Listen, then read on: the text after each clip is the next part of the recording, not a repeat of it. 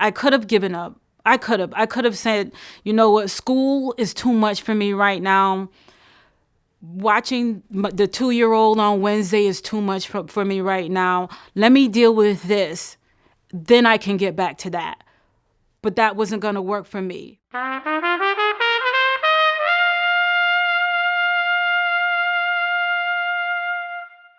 This is my office area that my husband put together for me. I use headphones because my study area is in the living room, which is a public area in my house. I have my jazz playing and I just focus. My whole life, it seems like I answer to a lot of people. Are you pleasing you or are you pleasing somebody else? Hashtag Game Changer 2017, because 2017 is when the game changed for me. Like, I decided to go back to school. Oh well, if you don't like it, this is what's important to me now and this is for me. I know that it is time consuming for you guys and you're not used to me not being at everybody's beck and call.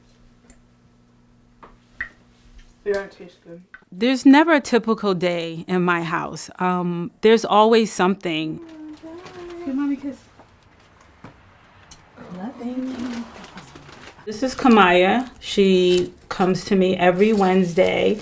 Her mom tries to split up her time between daycare and educational environment and me while she works part-time. We're gonna put this right on your lap, okay? I'm married. Been married over 20 years. I have 3 beautiful daughters, 22, 19, and 14. I'm still a very hands-on mom, even though I feel like I only have one left that I'm responsible for. My 19-year-old who's away at school, we call her every single day. This year, especially this semester, I feel like we just kind of need to work on like breaking that everyday cycle, just speaking like a couple times a week so I can establish my independence. I agree. We probably shouldn't, we don't need to talk every day. Not that we shouldn't, we don't need to talk every day. So Right. I'm getting used to it.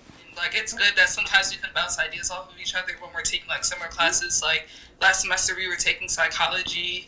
It was good to like know that somebody else is learning like what I'm learning, so we can just talk about certain things like pertaining to our personal lives at home. Thank you, Trinity. My battery's dying now. Go get something to eat.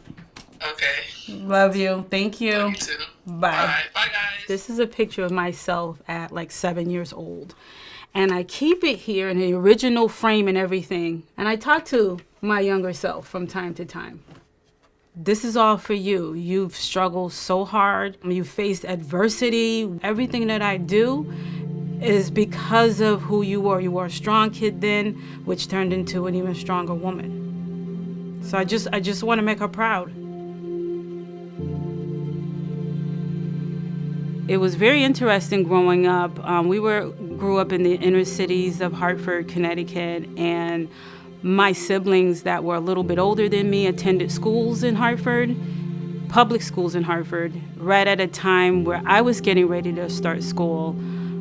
My parents discovered this Outward Bound program, which meant that you could send your children to a school in the suburbs, all-white school. Me being a little black girl was a little challenging. The school made me feel different, and my home life made me feel different because it was like I wasn't accepted there and I wasn't accepted at home either.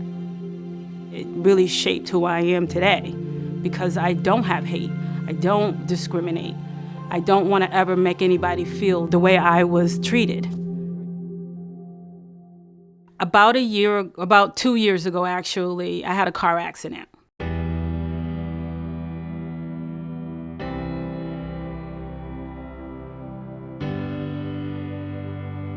My first thought was, how was I going to tell my daughters that I had this disease? For them, I'm everything. Like, I represent everything. I'm going to get emotional. I could have given up. I could have said, you know what, school is too much for me right now.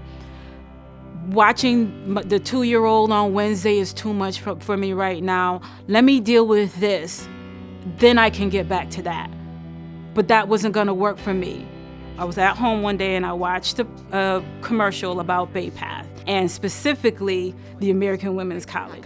I'm grateful to be on this journey with you girls. And ladies, we need to share our stories and empower every other woman. I was completely blown away. Like, this is something for me. I felt like God was talking to me. I know a lot of women. We're challenged by so many things, from sickness to crisis to children to families. I decided that I wanted to get a degree in human services and work with women in crisis and children in crisis. The American Women's College offers you the kind of go at your own speed opportunity that most programs don't. I'm in week 4 of a literary English class. This particular professor is giving me a run for my money. MS is a part of me. That is a part of me. School distracts me from focusing on the negative and constantly looking for the positive, that next A, that next great essay that I'm gonna write. Kind of use that and my faith in God to just keep moving forward. I can't take a step backward. Not now. I work too hard.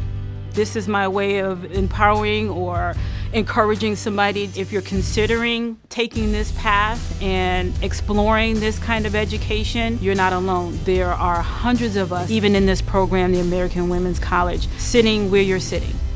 You take a chance with anything in life, and anything worth having is worth working hard to get it. You still need to do something for you.